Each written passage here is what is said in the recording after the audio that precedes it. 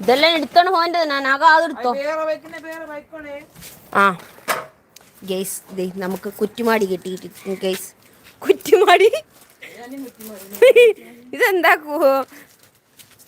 കുഞ്ഞിപ്പറ ആണോ ഈ പറഞ്ഞിട്ട്? കുഞ്ഞിപ്പറയോ?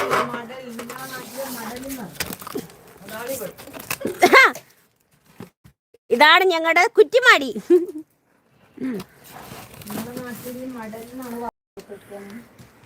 മെഡൽ എന്നാണോ പറയാ? മെഡലല്ല, മടല്.